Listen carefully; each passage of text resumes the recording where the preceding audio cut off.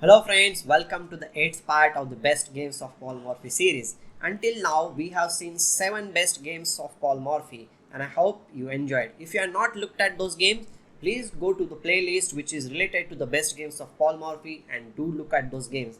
I know that you will enjoy those games, and if you are not subscribed to my channel till now, do subscribe for the more updates. Well, the game which we are going to look at today will show us the importance of piece activity in the opening as well as in the middle game. And also one very important thing for any chess player is like the ability to take risk. It's very important to take risk in the game. If you are just playing passive moves, then you will not succeed.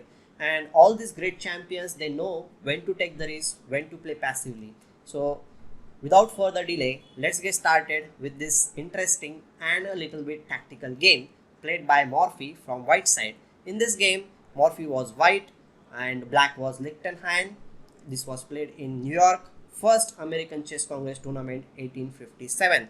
The game started with e4, black played e5, knight to the f3 and knight to the f6. Well, it is a Petrov defense, we know this thing, and here the main options for white are knight into e5 as well as d4 is also one of the viable option, and third most best option can be bishop to the c4. Well, bishop to the c4 is a move where you just develop your piece on this diagonal, we can say, but you are not supporting the pawn on e4. Well, what will happen if black captures the pawn on e4? We'll see. Well, knight into e4 is a move, but if you play this move, then you are not paying attention to your development. You are just grabbing the pawn and white will just continue developing his pieces so that he will be leading in the development for the sacrificed pawn. It is a good bargain, I will say. So Morphy played knight to the c3. Well, here in this position, black can play knight into c3, and after d into c3, the pawn on e5 is still a weakness. And let's suppose if he plays d6 in this position, then white will be having a great tactical possibility that will come after knight to the g5, because there is no good way he can protect the pawn on f7. And even if he plays bishop to the e6 in this position, after just bishop into e6, f into e6, white has a good move, that is queen to the f3, threatening queen f7 check, and as well as queen into b7, and the rook on a8 will be falling, and it is a difficult position for black. So he did not go for all these things. He means black player thought that he can play a better alternative, that is d5, returning the material which he has got on the previous move so that he can bring out his pieces as quickly as possible. That is a good thing. And here Morphy played bishop into d5. He went back with knight to the f6, attacking the bishop. Bishop went back to the b3 square, and now black played bishop to the d6. Now he is ready to castle on the king side. Here Morphy also understood that maybe e4 can be a possibility in the future, and he wants to develop this bishop on c1, so he plays d3, and now bishop is coming out on g5 square. Here black just castled and white played h3, stopping black from coming to the g4 square with his bishop. Although this was not so necessary move, but Morphy had one idea behind playing h3 move. It is not just stopping the g4, he had some attacking intentions in the position. We will see what is there. So black played h6. Definitely this is a passive move, because you are not going to do anything on the king side, because your king is already there on g8 square. So Morphy just calmly develops his piece to the e3 square. Black also develops his piece to the knight to the c6, and now queen to the d2.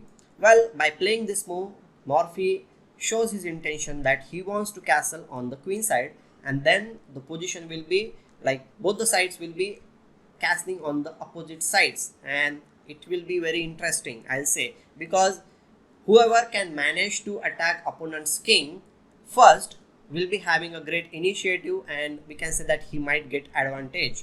So here Morphy's opponent Lichtenhein understood that this bishop on b3 is a very important piece, and he needs to get rid of this bishop as soon as possible. So he plays knight to the a5.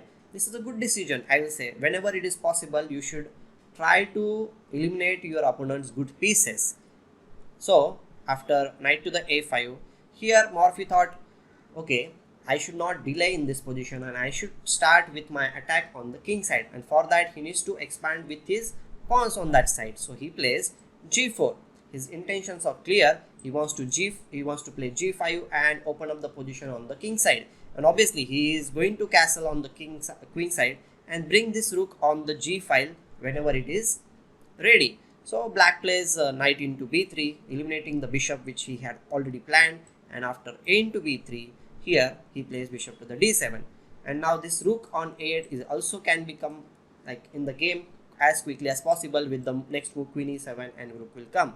Here Morphy played rook to the g1. He wants to play g5 but not without the rook. He wants to put this rook on this file where the opponent's king is there. And here, well, black can play some active moves like bishop to the c6, which will be interesting. And white might go to the g5, then h into g5, then knight into g5, and there will be pressure on this file. So black obviously did not wanted to do this, and he played a little bit passive move, which was knight to the h7, thinking that even if h5 g5 comes, he can play h5 and there will not be any attack on the f6 knight. Here Morphy brings his piece in the game that to the center of the board. Always try to centralize your pieces. It is very important. If you centralize your knights or pieces, then it will definitely give you more chances. So after knight to the e4, black played another passive move, that is king to the h8. Here also black can play bishop to the c6 and try to get rid of this bishop knight on e4 after the capture, and I think that that will be a good option from black side. But he plays, after knight to the e4, he plays king to the h8, and after king h8, here Morphy finally pushes his pawn to the g5 square, trying to open up, but black was a little bit clever, you can say. He plays h5, not going for the opening up the position, because if you open up the position, then obviously it will give white quite a good number of chances. Even if you play knight into g5, then rook into g5 will come, this rook will come to the h file, then knight will jump here, the queen is always there to come in the game whenever it is possible. So I will prefer this position from white side on any given day. So black's decision of playing h5 is actually a good decision. Here white plays knight to the h4, and then his idea is to play g6 at some point, so he plays g6, trying to protect everything. Now h5 pawn can be a weakness in future.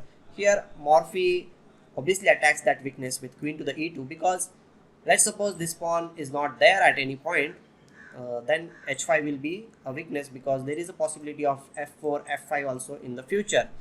Well, here in this position black finally played bishop to the c6, and here white should have calmly played long castle, bringing the rook in the game, as well as playing d4, so that if this is captured, then bishop will be coming on this a1 to h8 diagonal where your opponent's king is there, and it will give white a great position.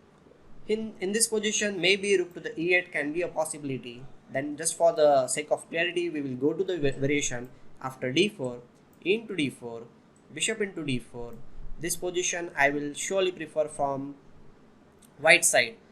Well, here one more thing is there. After d4, you might say that the knight on e4 is little bit hanging, and why not he capture the knight on e4? Well, if he capture on e4, then white has a good move, that is d into e5, and if rook into e5 is played, obviously you cannot capture with the bishop, because the rook is standing on this file and the queen is there on d8. So rook into e5 is one of the options in this position, and after bishop to the d4, the bishop will be pinning this rook here, and as well as the queen into e4 is also one of the threats. And if suppose you play king to the g8, obviously we can simply capture bishop into e5, because still there is a pin on this file. And if you move the bishop anywhere, let's suppose bishop to the c6 in this position, then simply we can play bishop into e5 and white should be winning in this position. So obviously the knight on e4 is not hanging, and it should be a good option from white side to castle in this position. But Morphy wanted to force the matters as quickly as possible, so he plays f4. This is a little bit inaccurate move, because it gives black a lot of counter play in this position. And after a into f4, he plays bishop to the d4. This was his plan of playing f4. He wants to open up this diagonal. Okay, the bishop comes on this diagonal, but what next? Black plays king to the g8 in this position, and now after king to the g8, he plays knight to the f5 as per his plan. Well, here if you see, black doesn't have any option of capturing on f5 because it will lead to a checkmate, you can say, or a winning position after knight to the f6. This is a good move, and you cannot really capture on f6 because after this move the king, wherever it moves on the h file, we have this queen into h5. Now you can see the importance of queen e2. Morphy always used to see the moves a little bit ahead. So queen h5 will lead to a checkmate after king to the h7 and queen into h5. So obviously he cannot capture on f6, but even if he doesn't capture on f6, if he plays king to the g7, we can still play queen into h5, and now queen into h7 is the threat. Queen h6 is also one of the threat, and this should be winning position for white. Well, he obviously did not capture there. Black had a calm move which black played rook to the e8, trying to get a square for the king on f8. And in this position, white played knight to the h6 check, king came on f8, and finally Morphy played long castle. And he understood that the resulting position which is going to come might be favorable for him because he has good piece activity. But black had good tactical chances because of this pawn on f4. And the first tactical chance which black had was knight into g5. This looks a little bit shaky to play this move, but actually this was a good move because after, let's suppose we play rook into g5, then obviously black will win back with rook into e4, and if d into e4, then queen into g5, the knight on h6 will be lost because it doesn't have any good squares to come back, and it should be winning position for black. So you cannot capture on g5, and here white is a little bit in trouble because this knight on h6 is completely doomed. Maybe he can play knight into f7, but after king into f7, even if you play knight into g5 with the check, black can play queen into g5 because we are attacking the queen on e2. And if you play queen to the e8, rook into e8, rook into g5, although this position is like black is action down, still I will prefer this position playing from black side because these two bishops are quite strong, plus this pawn is a passed pawn. But this was a good chance for black side. He did not go for it, and he plays bishop into e4 in this position. And after this move, suddenly white is better. After d into e4, there is a big possibility of playing e5 in this position, and you can see that knight into g5 is no longer possible in this position because white has this e5 move, and if bishop into e5 is played in this position, white can simply play bishop into e5, and there will be attack on the d8 queen. So if you cannot play that move, let's suppose if you play bishop to the e7, then we can play a good move, that is queen to the c4. And well, queen to the c4 is there, and if he tries, well, instead of queen c4, we can even play something like h4, and this knight will be dislodged maybe to the e6 square, and now we can play queen to the e4. There is huge pressure on all these squares because we have the threat of knight into f7, queen into g6. Let's suppose you play any random move on the queen side, then obviously we can play knight into f7, and it should be winning position for us because after queen g6 it is going to be a checkmate. So you can say that capturing the pawn on g5 in this position will not help him. So here in this position, black played queen to the e7, hoping that the position will be okay, but actually this did not happen like that. After this move, white played e5, further attacking this bishop, and now bishop is not having any good squares. Well, he played bishop into e5 now. This is almost forced, and after bishop into e5, queen into e5, now Morphy plays a surprising move for his opponent. Well, you can see that the Morphy's queen on e2 is hanging, but white plays, means Morphy plays rook to the d7, threatening rook into f7 check and mate. And you cannot really capture the queen on e2 because obviously rook into f7 is a checkmate. Here black still can play knight into g5, trying to protect the pawn on f7. That was the best option for him. And after rook into g5, I will say that the position might be around equal or unclear only if black manages to find the best move in this position, that is queen to the f6. And this move is a little bit difficult to find if you are in already in pressure. So because queen f6 will be equal, why I am saying that move, because the knight on h6 still not so well protected, and it is going to fall at some point, and this queen on e2 is also hanging. So even if you play something like queen to the d2, then black can play rook e7, and after rook into e7, queen into e7, I will say that the knight on h6 will fall at some point, and white needs to be able to draw the game after good fight. So after rook to the d7, black in this position played queen to the g7, which was little bit expected from his weak opponent, and this position is almost lost for him. After queen to the c4, the pawn on f7 is being attacked by 3 pieces, and it is quite terrible position for black. Well, here he played rook to the e7. After rook into e7, king into e7, white played rook to the e1 check, and if you try to go back to the f8 square, then queen c5 is a checkmate. So here actually he resigned. Just for the sake of clarity, we'll see what would have happened after rook to the king to the d6, then rook to the d1 check, king e7, then we can simply play queen into c7. If let's suppose you play king to the e8, then we can play rook to the e1 check, king to the f8, and queen f e7 is a check and mate. So all these things in this game happened just because Morphy took the risk. He always tried to create some activity with his pieces, and you can see that his pieces were also very active. So always pay attention to activate your pieces as quickly as possible, and don't forget to take the risk. Tactics are there always in the position.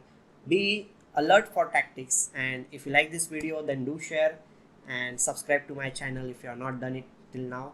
We'll see with some new interesting game in the next part of this series. Till then, take care and thank you very much.